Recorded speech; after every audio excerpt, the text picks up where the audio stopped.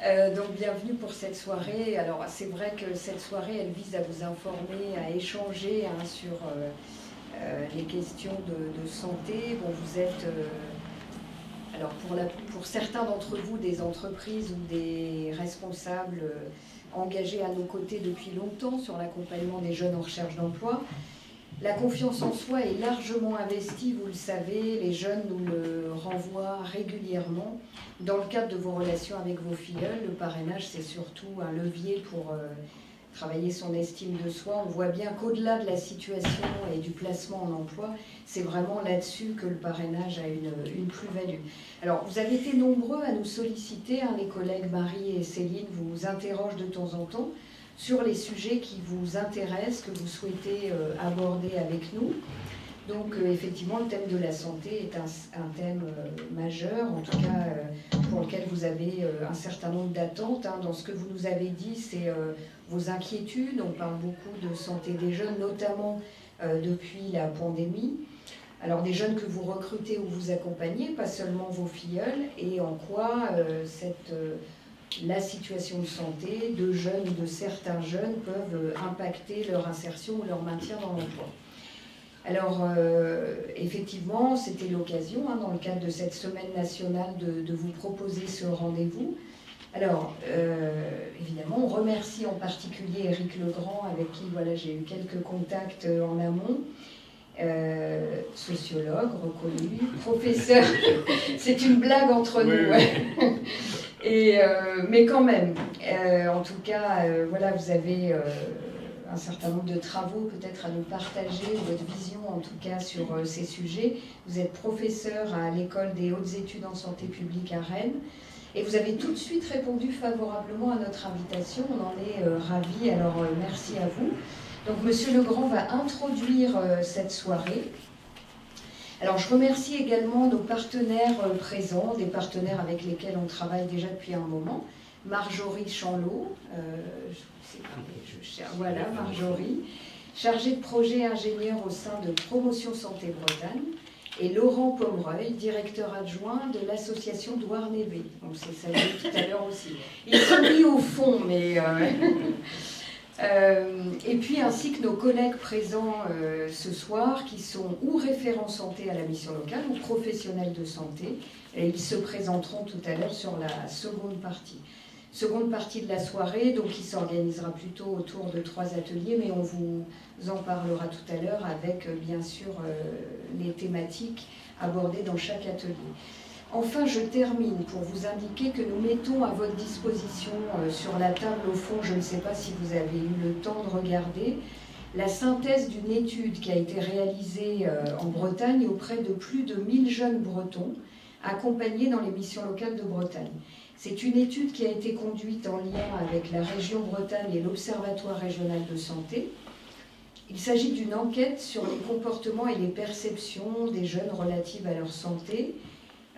C'est une étude assez complète où on évoque leur perception de la qualité de vie, la santé mentale, le sommeil, l'alimentation, l'activité physique et sportive, la santé sexuelle, les consommations de substances psychoactives, l'usage d'Internet et les écrans, les violences, le recours aux soins, leur connaissance et besoin d'informations sur la santé. Donc vous voyez, c'est une enquête qui est assez vaste, qui a été conduite de manière extrêmement rigoureuse. Donc on vous a mis la synthèse qui tient en 4 pages, avec une infographie, vous verrez, c'est facilement accessible. Si ça vous intéresse, on pourra vous adresser l'intégralité de l'enquête. Voilà, c'est une étude qui est éclairante avec des comparaisons avec d'autres régions. On a parfois des représentations aussi sur les jeunes Bretons. Enfin, on peut entendre un certain nombre de choses. Et c'est aussi parfois l'occasion de déconstruire des représentations que l'on peut avoir. Voilà, je laisse maintenant la parole à Éric Legrand pour lancer cette soirée. Merci encore d'être avec nous. Merci à vous, c'est bien pour le micro.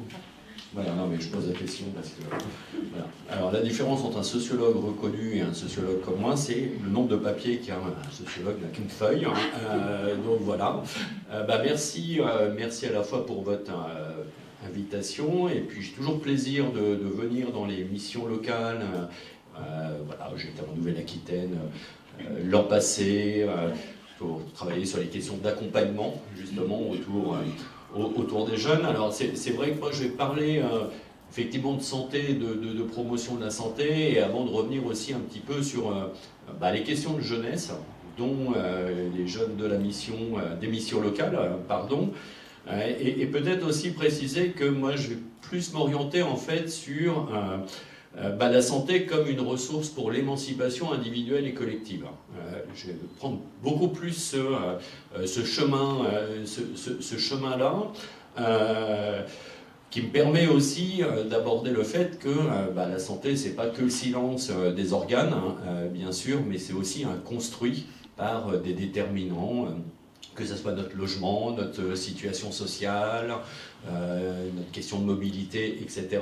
Et ça, je pense que ça, c'est important aussi à prendre en compte, parce que quand on est dans une mission locale, depuis le rapport Schwartz, c'est depuis sa création, cette perspective justement d'accompagnement global du jeune, dont la santé montre bien l'influence en fait de tous ces déterminants, que ce soit la mobilité, l'emploi, etc. Et je trouve que ça c'est assez important. Et pour bien avant l'Organisation mondiale de la santé et la Charte d'Ottawa en 1986 de promotion de la santé, Jack London en 1902 avait déjà défini l'importance des déterminants, puisque dans son ouvrage Le peuple d'en bas, alors je vous incite vraiment à lire, il n'est pas très cher aussi, où il vagabonde effectivement dans tous les sens du terme, dans Londres, vraiment sous la période, je veux dire, Dickens. Il donne cette définition de la santé: tout ce qui améliore la vie en renforçant sa santé morale et physique est bon pour l'individu, tout ce qui tend au contraire à la détruire est mauvaise. Il se met bien dans la définition, je dirais, de déterminants extérieurs. Alors ça ne veut pas dire que, effectivement, si on fume, si on boit, etc.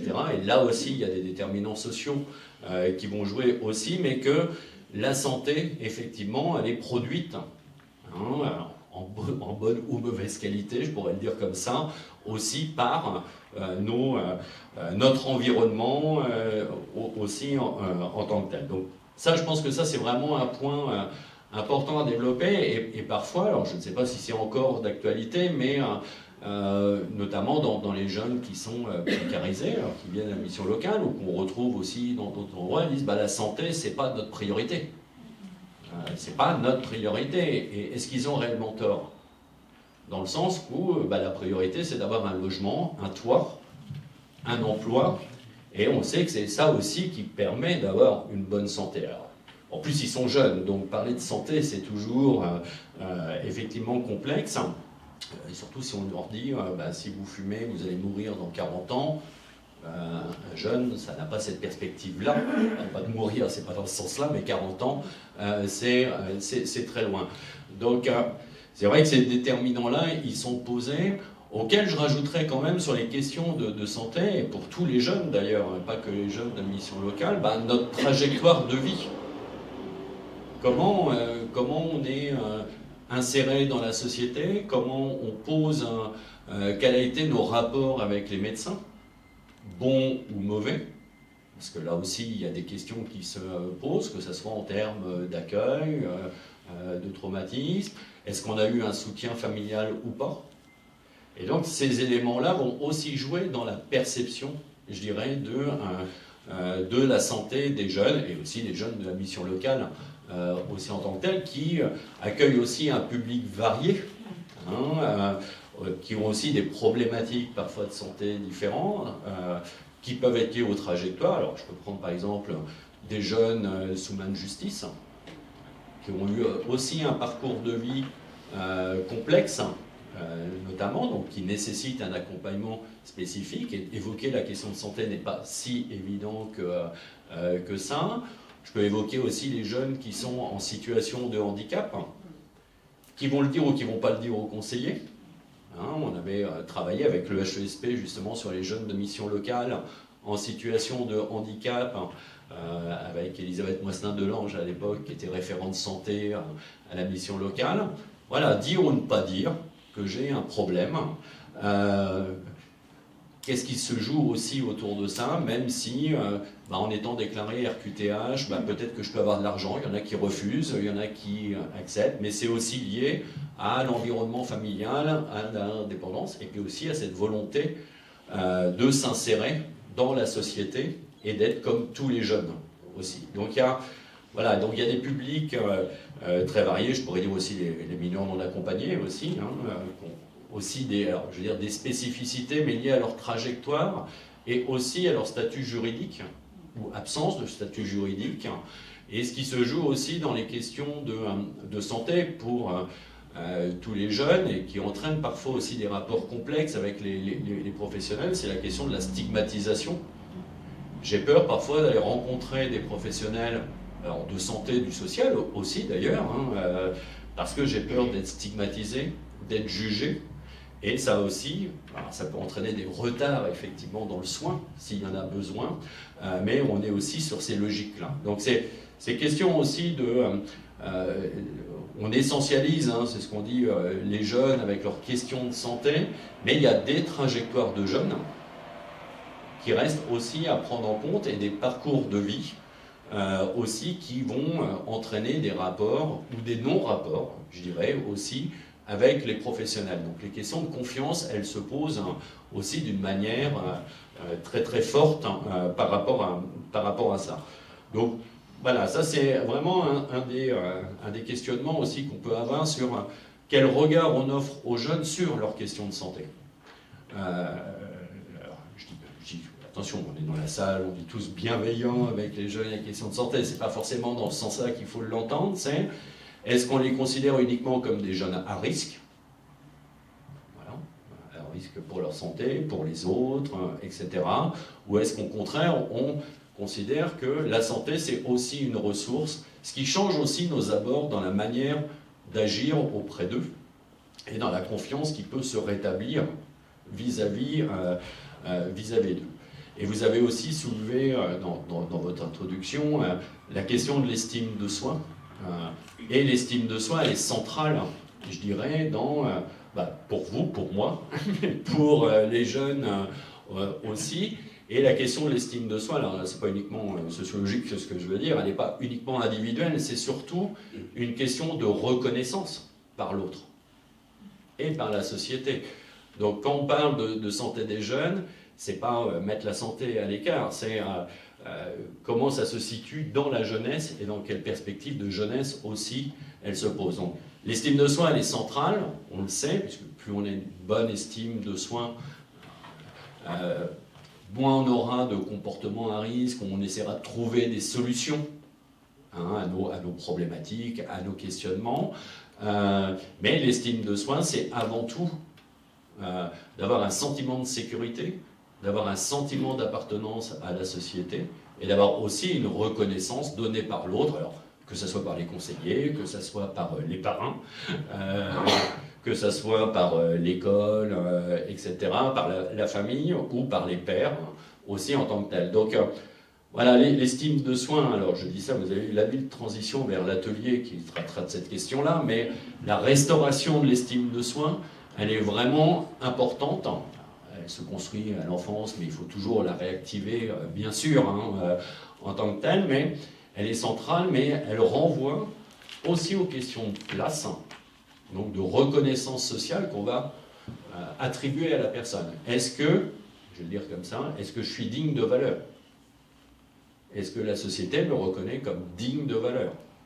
Est-ce que j'ai une place? Est-ce qu'on compte sur moi? Donc ces éléments-là, ils sont assez centraux, et je pense que dans les missions locales, justement, travailler sur l'estime de soi est un des leviers, pas forcément pour tous les jeunes, mais qui reste quand même assez central, parce qu'on est parfois dans des situations complexes. Donc voilà, moi je pense que c'est un élément assez central. Alors je vais juste reprendre pour juste vous donner peut-être deux exemples qui étaient dits autour des jeunes de missions locales. C'est tiré de la revue La santé de l'homme, alors maintenant qui s'appelle La santé en action depuis 2020, je crois. Donc au moins je vais vous donner celle de 1967. Les missions locales n'étaient pas encore créées, mais les médecins de l'époque, qui écrivaient dans cette revue, s'intéressaient beaucoup sur les jeunes sous-qualifiés qui étaient en milieu rural, qui partaient justement en milieu urbain pour trouver du travail. Je trouve qu'il y a des similitudes aussi qui peuvent être faites en termes de sous-qualification, c'est pas très élégant de le dire comme ça. Et eux, ils appelaient ça les déportés du travail. À l'époque, on avait le sens de la formule.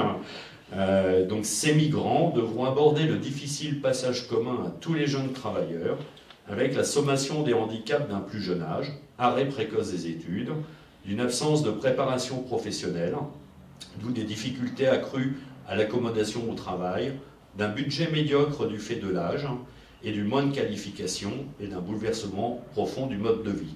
Perte du milieu familial, plongeons dans l'inconnu urbain. Et il soulevait aussi à cette époque donc, tous les déterminants qui se jouaient, et aussi la nécessité d'accompagner au sein des entreprises qui accueillaient ces jeunes, justement, pour, alors je vais le dire comme ça, limiter un petit peu ce choc qui pesait aussi sur les questions de santé. Pour la petite anecdote, les mêmes médecins ont fait paraître un numéro en 1968, en mai-juin 1968, qui s'appelait « L'hygiène mentale des étudiants ». Et quand on connaît les événements de mai-juin 68, je trouvais que c'était un sens de l'humour assez puissant. Cependant, et in fine, il disait bien que ce soit pour ces questions des migrants du travail ou pour les étudiants, que réfléchir et agir sur la santé des jeunes ne pouvait se faire que par l'aménagement des locaux. Alors si je prends l'université, c'était des travaux en petits groupes pour offrir du soutien, d'avoir aussi des logements au sein de la cité abordables, justement pour que les jeunes puissent ne pas se sentir isolés, et aussi une rénovation des méthodes pédagogiques, qui ne devaient plus être de l'enseignant, etc., mais de discuter avec pour faciliter les apprentissages. Et je dirais même pour les déportés du travail, c'était exactement les mêmes types de questionnements. Donc, soit effectivement, il fallait réfléchir sur, il y avait des problématiques d'addiction, de sexualité, etc., mais travailler dessus obligeait beaucoup plus à travailler sur les déterminants que sur l'individu lui-même. Donc, ça, je trouve que c'est aussi une donnée à prendre en compte. Et actuellement, on a, dans le champ de la santé, on a une tendance, et ça c'est important aussi de le préciser, à beaucoup plus se focaliser sur l'individu que sur les déterminants de sa santé. Et le jeune est inclus dedans, c'est-à-dire qu'on va projeter des risques sur lui, mais on ne va pas s'intéresser aux déterminants de sa santé. Alors là, je me situe bien en termes de politique publique. Ça ne veut pas dire que vous ne le faites pas, etc. Mais en termes de politique publique, on est beaucoup plus sur ce registre-là de stigmatiser un comportement individuel plutôt que de réfléchir sur l'environnement de la personne et d'agir directement sur ça. C'est important parce que ça réinterroge en fait le regard qu'on renvoie vers les jeunes et sur leur santé.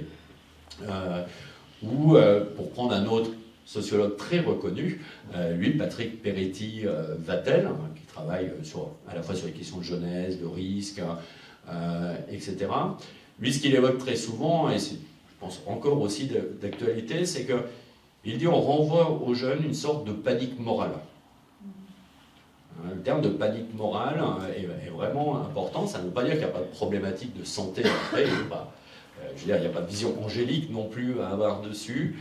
Mais voilà, le jeune, qu'est-ce qu'il est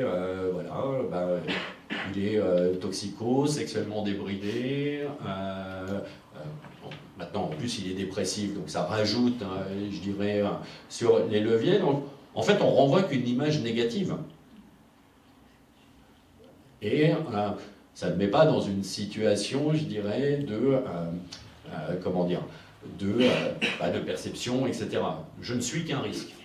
Donc, et on renvoie cette question de panique morale en direction des jeunes. C'est un des publics, d'ailleurs, sur lequel on renvoie le plus de panique. Et parfois, c'est les paniques des adultes qui sont projetées aussi sur les jeunes. Et comme je dis, ça ne veut pas dire qu'il n'y a pas de questionnement à avoir dessus. Mais je dirais qu'en termes de politique publique, on est rarement, part dans le champ de la promotion de la santé que Marjorie vous développera avec beaucoup d'aisance tout à l'heure, on est rarement sur le développement de ressources individuelles, on est sur une santé à protéger, et rarement qu'une santé comme ressource pour l'émancipation en tant que telle. Donc ça, c'est un point qui est, je trouve, assez central. Et puis l'autre élément, alors, effectivement, il y en a plusieurs, je me suis égaré, et je vais retrouver. Si vous parliez des travaux que je fais, alors je fais des travaux sur l'éducation par les pairs, on pourra y revenir, mais moi j'ai vu à peu près puis d'autres travaux sur le aller vers, en direction des jeunes, sur la santé mentale aussi. Ce qui est intéressant, c'est quand on leur demande quel regard ils ont sur la prévention. Qu'est-ce qu'ils ont sur un regard? Alors, j'en ai vu un peu partout en France, en milieu rural, en milieu urbain. Qu'est-ce qu'ils disent dessus?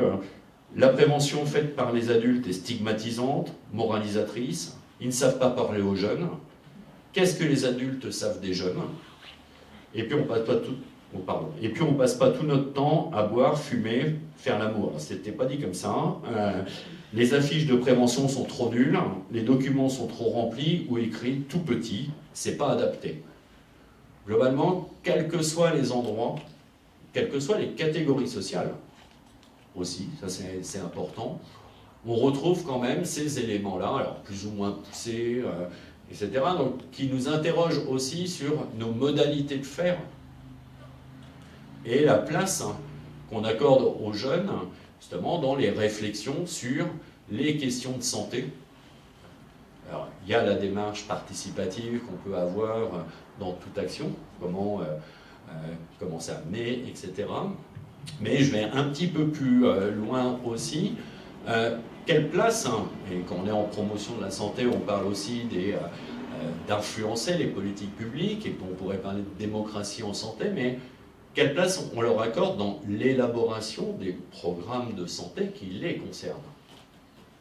C'est-à-dire que dans le champ de la démocratie en santé, alors moi j'ai toujours la démocratie, mais on va dire en santé, on s'aperçoit, et ça fait une dizaine d'années que j'observe ça, que les jeunes sont rarement conviés à s'exprimer sur qu'est-ce que nous voulons sur un territoire, quel qu'il soit, je dirais, quelle politique de santé on veut, etc. Donc là, en France, il y a un grand vide dans les CRSA, les commissions régionales de santé et d'autonomie. Il n'y a pas de commission jeune, par exemple, sur les questions de santé. Alors, au conseil régional, on trouve une commission santé jeune avec des jeunes, bien sûr, mais globalement, cette question démocratique, c'est comme si, effectivement, ce public, il faut qu'on le protège, mais contre leur gré. Donc, là aussi, pas de vision angélique, mais quelle place on leur accorde dans la démocratie, dans les programmes, dans l'élaboration d'une politique globale qu'ils veulent mettre en place. Alors, je dis ça, alors je tape un petit peu sur la France, bien sûr, mais l'Organisation mondiale de la santé vient juste de mettre en place la commission jeunesse, avec des jeunes du monde entier, en disant, effectivement, c'était un des publics qu'on avait oublié dessus. Donc c'est assez intéressant de voir justement quelle place on leur accorde. Au-delà, alors ça n'empêche pas les méthodes participatives, etc., mais quelle place on leur accorde sur qu'est-ce qu'il faudrait pour améliorer la santé dans l'environnement, sur un établissement, de quelle façon on peut le mettre en place et quelles sont les priorités qui vous sembleraient les plus justes. En France, il y a eu 4 expériences qui ont été menées. Une au comité économique et social en 2018. Donc 450 jeunes ont été réunis. On fait une trentaine de propositions qui ont été discutées entre jeunes. On faisait partie du groupe d'experts, on ne s'exprimait pas, on les laissait travailler. Et le ministère de la Santé, à l'époque, a refusé l'ensemble de ces propositions en disant qu'elles étaient sans objet, puisqu'un jeune n'a pas quelque chose à dire sur la santé. Il y a un travail qui a été réalisé en Auvergne-Rhône-Alpes, il y a 2 ans, avec toutes sortes de partenaires, missions locales, maisons des adolescents, etc., avec des résultats assez intéressants.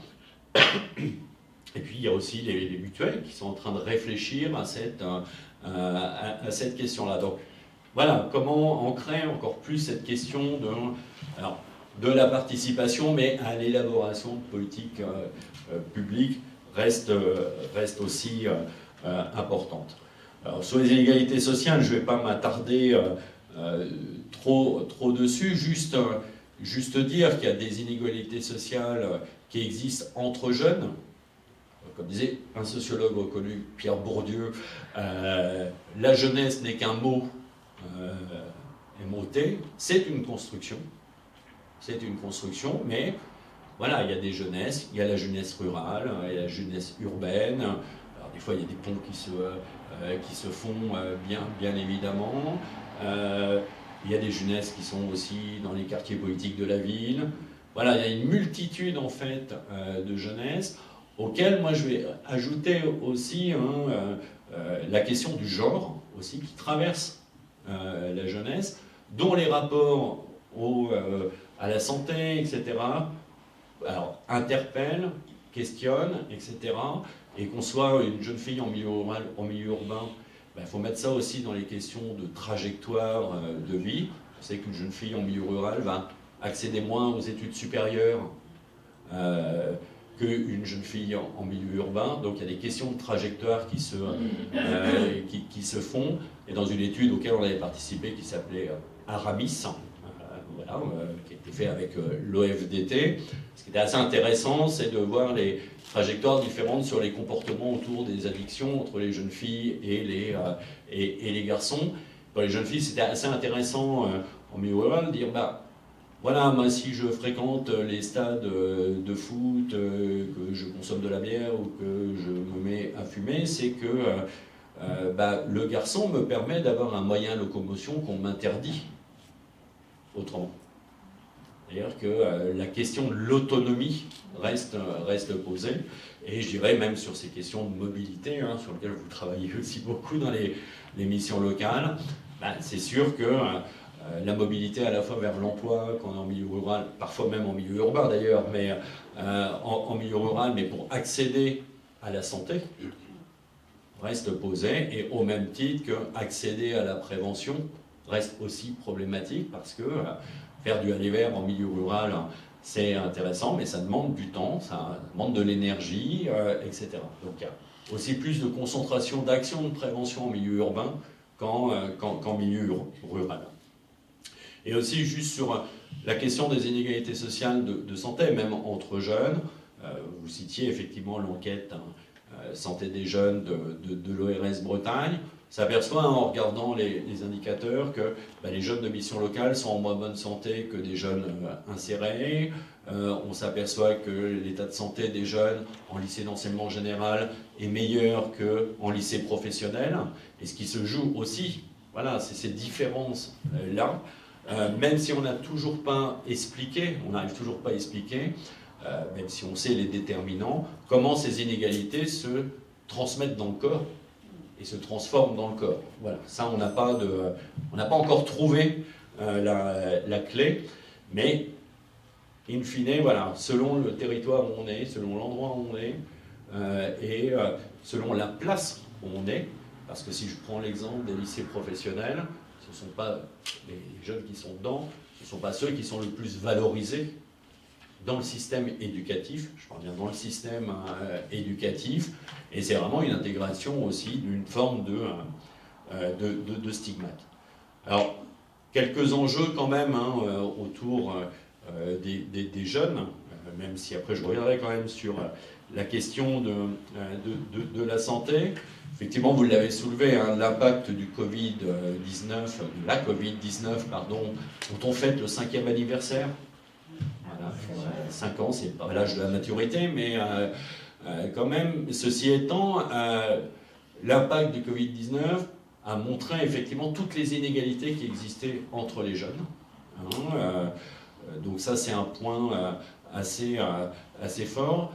A montré aussi, et ça a de l'impact aussi sur la santé, que ça briser aussi un certain nombre de trajectoires de construction de l'identité du jeune aussi. Hein. On peut parler des étudiants qui étaient très contents d'aller à l'université et qui, du jour au lendemain, se retrouvaient de nouveau chez papa-maman ou ailleurs, quand tout allait bien ou mal. C'est-à-dire que tous ces rites de passage, de construction de l'identité, ont été aussi mis à mal, je dirais, par le Covid. Il y a l'impact sanitaire, ça ne faut pas le négliger. Et les jeunes est une des catégories qui a le plus été touchée. En termes, on parle beaucoup de la santé mentale actuellement, mais ce sont des éléments qui existaient avant. Et le Covid-19 a montré les fractures qu'il y avait dans la jeunesse. Et ça, c'est un point assez important, mais en mettant en lien avec les trajectoires des personnes et la construction de l'individu et de qu'est-ce qu'être un jeune vers la transition de ce qu'on appelle vers l'âge adulte qui se pose, tout en disant aussi que la France a quand même toujours le plus fort taux de chômage des jeunes en Europe. Ça reste un point vraiment central. Donc voilà, les perspectives, c'est toujours à mettre en relief entre santé et positionnement aussi d'une population, en l'occurrence les jeunes aussi. Alors sur la question de la santé mentale, juste on pourra en développer plus, je veux quand même aussi signaler le rapport du Césaire Bretagne. Il faut toute une région pour favoriser le bien-être des jeunes, qui montre bien autour de la question de la santé mentale et du bien-être que soit il faut une action en direction des jeunes, des individus, mais il faut aussi penser la question de la mobilité, de l'accompagnement, de réfléchir. J'attends de voir comment ça va pousser sur la pression académique et la pression scolaire, qui est très importante en Bretagne. Elle existe ailleurs, mais dans une forme assez puissante quand même en Bretagne. Et de travailler voilà, sur la question de la mobilité, de l'accès à l'éducation, et que c'est aussi à ce titre-là que la santé mentale et le bien-être des jeunes sera aussi protégé. C'est-à-dire que, voilà, c'est soit il y a des actions à faire en direction des individus, mais en même temps, il faut aussi penser à cette dynamique-là. Et pour accentuer le trait, il y a le Forum européen des jeunes, qui a publié en décembre 2024 un positionnement des jeunes sur la question de la santé mentale. Donc ça, c'est les jeunes qui s'expriment.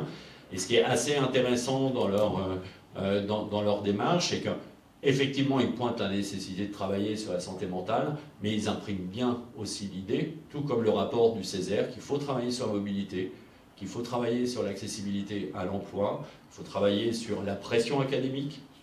Et là, ce sont des jeunes de tous les pays d'Europe qui réfléchissent dessus, donc qui mettent bien en avant que la santé n'est pas qu'une affaire individuelle aussi.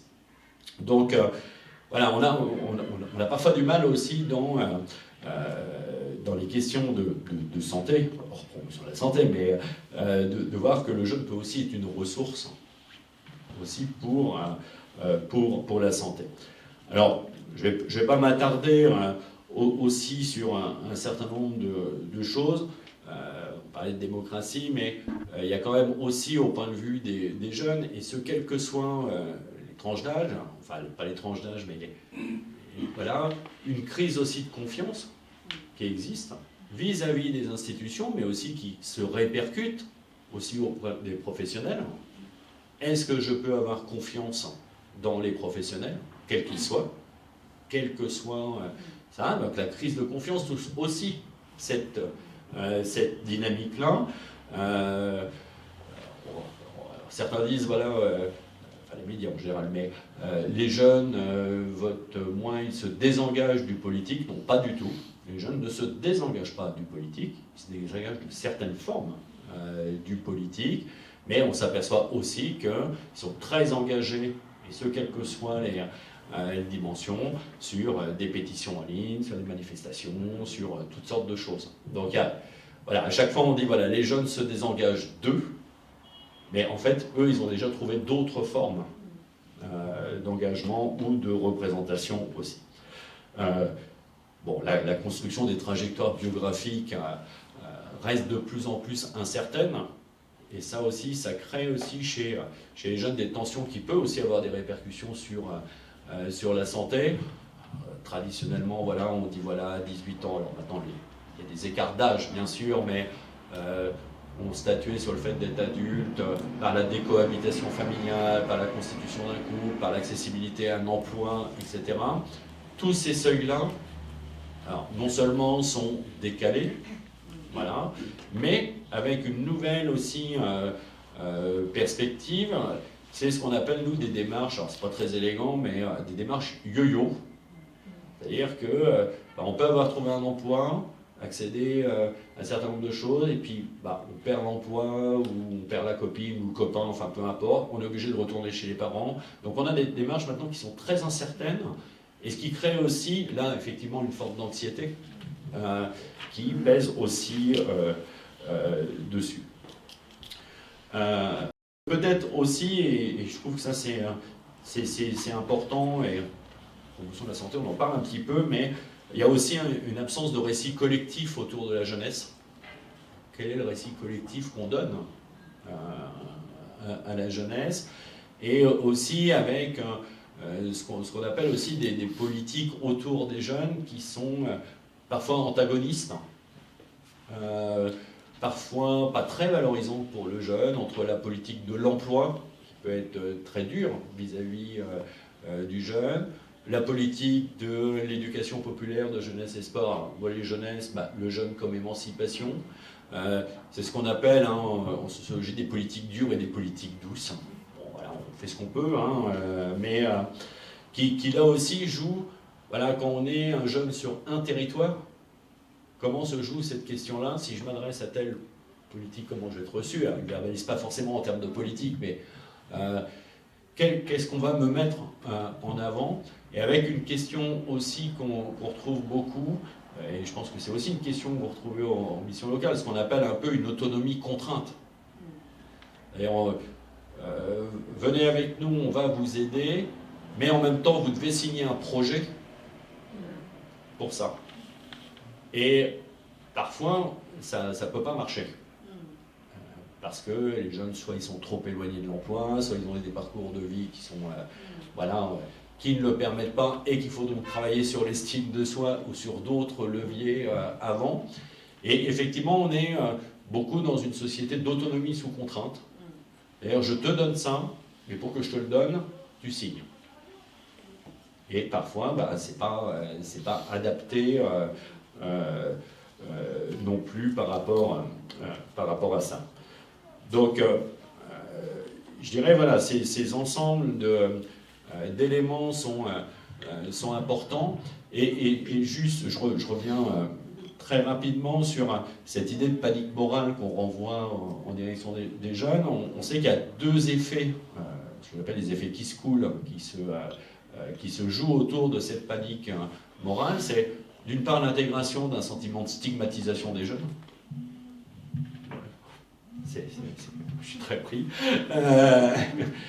Ça, c'est un premier point. Et puis aussi, ça entraîne un phénomène de non-recours. Et ça, dans le non-recours, effectivement, il y a plein de paramètres du non-recours à la santé, mais cette question de la peur d'aller reste effectivement assez centrale.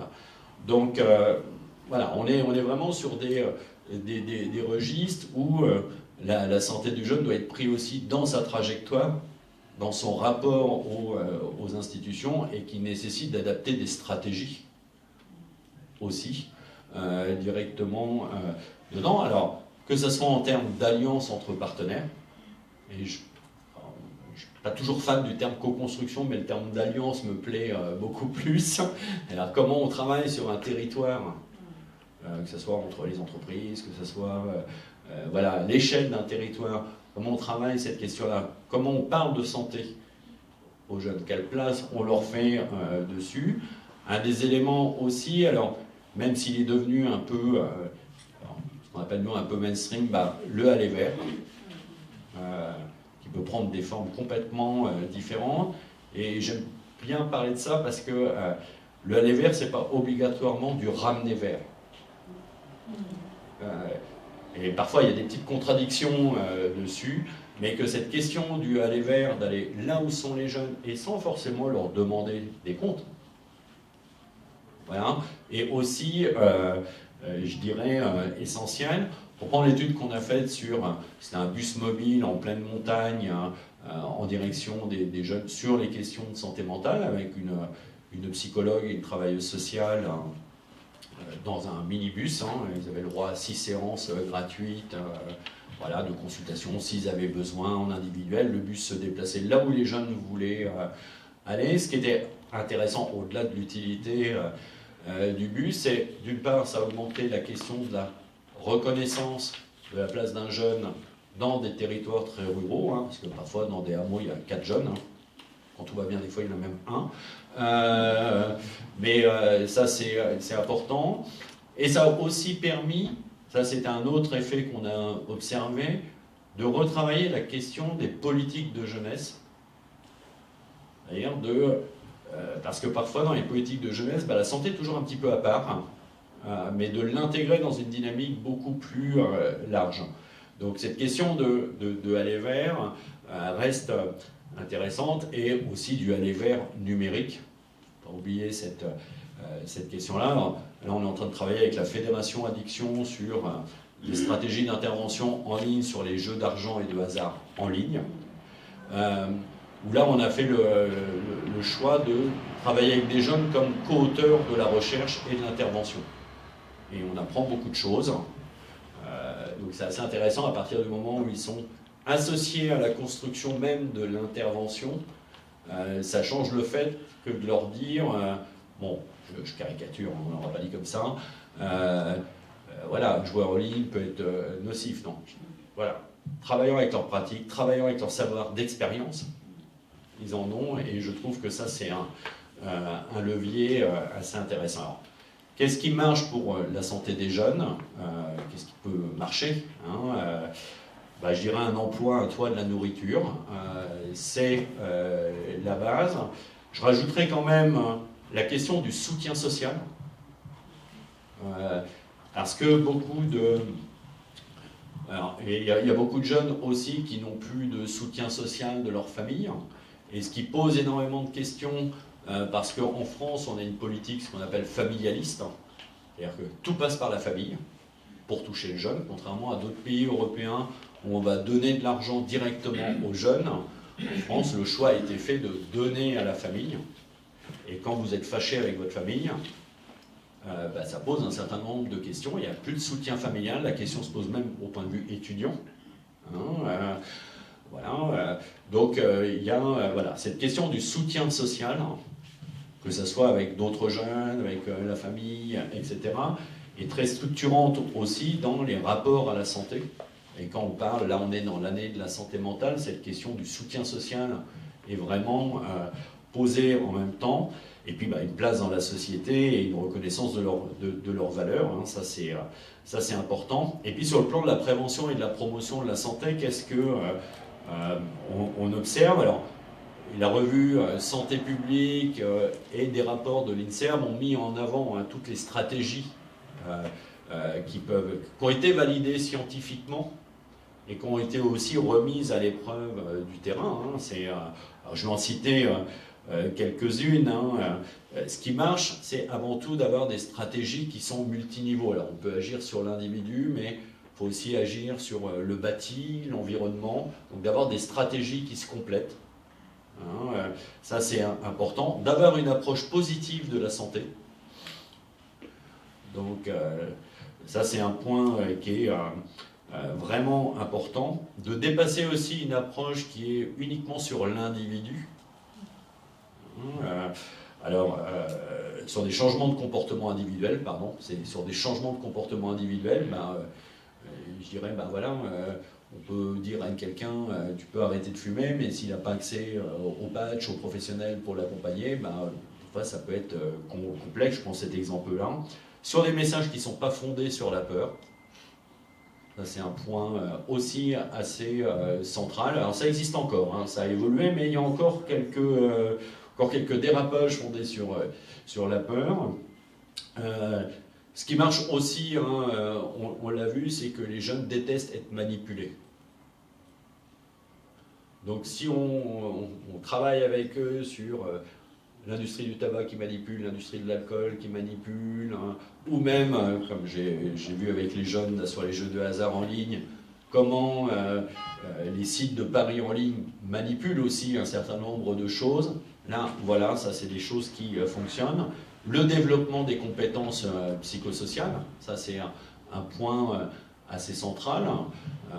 Donc il y a une circulaire interministérielle hein, qui concerne l'emploi, la défense, enfin bref, tous les ministères où il faut renforcer les compétences individuelles, savoir écouter, savoir s'exprimer, savoir gérer ses émotions, savoir faire du plaidoyer, développer son sens critique, qui sont soit là rattachés au volet de la santé, mais qui sont aussi éminemment sociales et qui s'ancrent aussi très bien dans le monde de l'entreprise, dans la vie quotidienne. Donc ça, on sait que c'est des éléments qui sont assez centrales. Autre élément aussi, qui est une donnée vraiment prouvée scientifiquement, c'est la mobilisation des communautés, le groupe et la participation. Alors, quand je dis ça, on sait très bien que voilà, ça peut être aussi des jeunes qui sont très isolés, etc.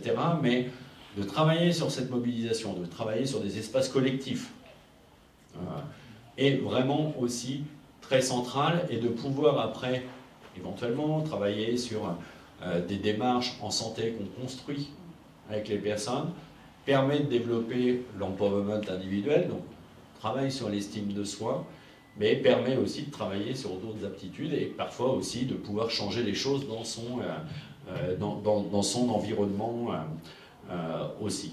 Donc voilà, là on est sur des éléments assez importants, et puis aussi ce qui fonctionne aussi assez bien si on est sur, je dirais, sur les questions de santé mentale, promotion de la santé mentale, etc. C'est la création de collectifs de jeunes aussi. Alors, pas uniquement sur la santé. Des études montrent très bien que plus vous êtes sur des endroits où il y a des collectifs de jeunes, alors qui peuvent faire de la musique ou autre chose, hein, peu importe, hein, je dirais, là, il n'y a pas de souci par rapport à ça, plus la santé mentale et le bien-être du territoire, et pas uniquement des jeunes, va s'améliorer. À la place des collectifs reste, mais on revient aussi sur ces questions du lien.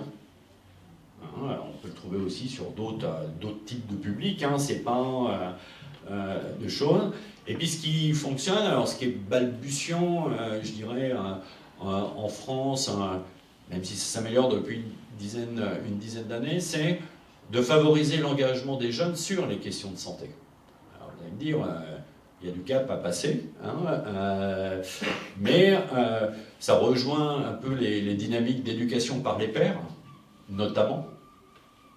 Un jeune qui va discuter avec un autre jeune, alors bien sûr tout de suite c'est efficace, mais il faut de la formation, il faut de l'accompagnement, il faut que tout le monde soit clair. Alors, je sais qu'il y en a dans l'émission locale, il y a plein de dispositifs maintenant qui existent même dans les lycées par rapport à ça, mais cette question de l'engagement santé reste aussi un point assez central, qu'on retrouve même d'ailleurs dans la prévention des addictions, hein, dans le plan, la mission interministérielle de lutte contre les drogues, les conduites addictives, j'arrive jamais à le dire, il m'en manque un bout à chaque fois. La prévention par les pairs, l'éducation par les pairs est aussi indiquée. Alors, travaillant sur cette question-là depuis maintenant une quinzaine d'années, je mets toujours un peu de limite, non pas à l'éducation par les pairs, mais de l'utilisation que les politiques font de l'éducation par les pairs.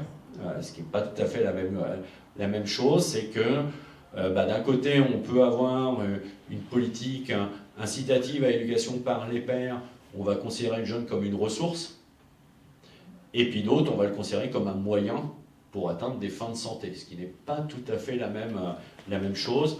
Et pour prendre un de mes collègues sociologues, François Chauveau, qui est aussi membre de l'éducation populaire, il disait si c'est pour en faire devenir des pairs ok, de la santé publique, on va vers un échec global. Donc c'est quel positionnement, quelle place on leur laisse aussi dans cette dynamique-là.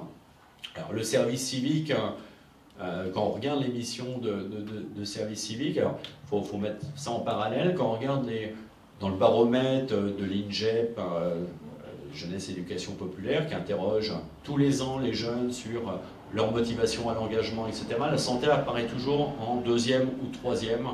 Voilà, ça la santé, ça m'intéresse de m'y engager. Bon, le premier, il y a toujours le sport et l'environnement, nul n'est parfait, hein, mais voilà, mais la santé apparaît toujours en 3e, mais quand on regarde sur une forme d'engagement très institutionnel qui est le service civique, ça ne représente que 4% des missions proposées aux jeunes. Donc, parfois, il y a des petits paradoxes.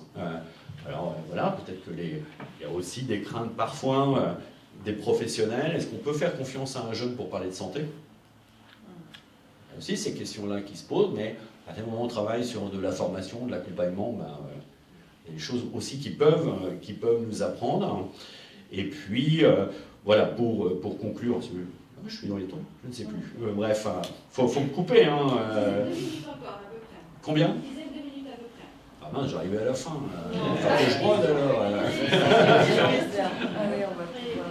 Non, mais bon, j'irai voilà, juste pour conclure que promouvoir la santé des jeunes, ça doit être surtout réfléchi en termes de lien social et d'appartenance à une communauté. Ce n'est pas un public à part, c'est un public du futur, peut-être, hein, enfin, peut-être, voilà, enfin... et donc, ça, c'est effectivement un fondement du lien social. Donc ça, c'est vraiment un point important. Et puis que ça implique aussi une coordination des politiques publiques entre elles. Est-ce qu'elles sont toutes favorables à la santé des jeunes? On peut s'interroger sur la diminution des APL, qui ont forcément des répercussions sur les jeunes. Voilà, quand on diminue un certain nombre de choses.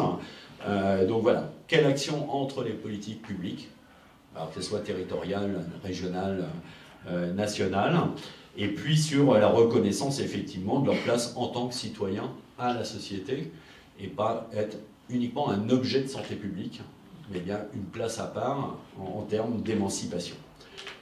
Voilà, alors je conclurai.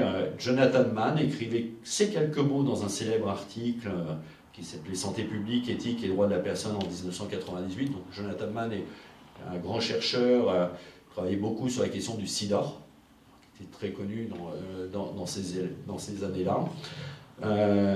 Croyons-nous, il disait, croyons-nous que le monde puisse changer? Je dirais tout simplement, faisons confiance aux ressources de la jeunesse, et c'est sûrement là notre plus grand défi dans le champ de la santé, et ce, dès aujourd'hui, pour les générations futures. Merci. Voilà, c'est vrai. 8 minutes.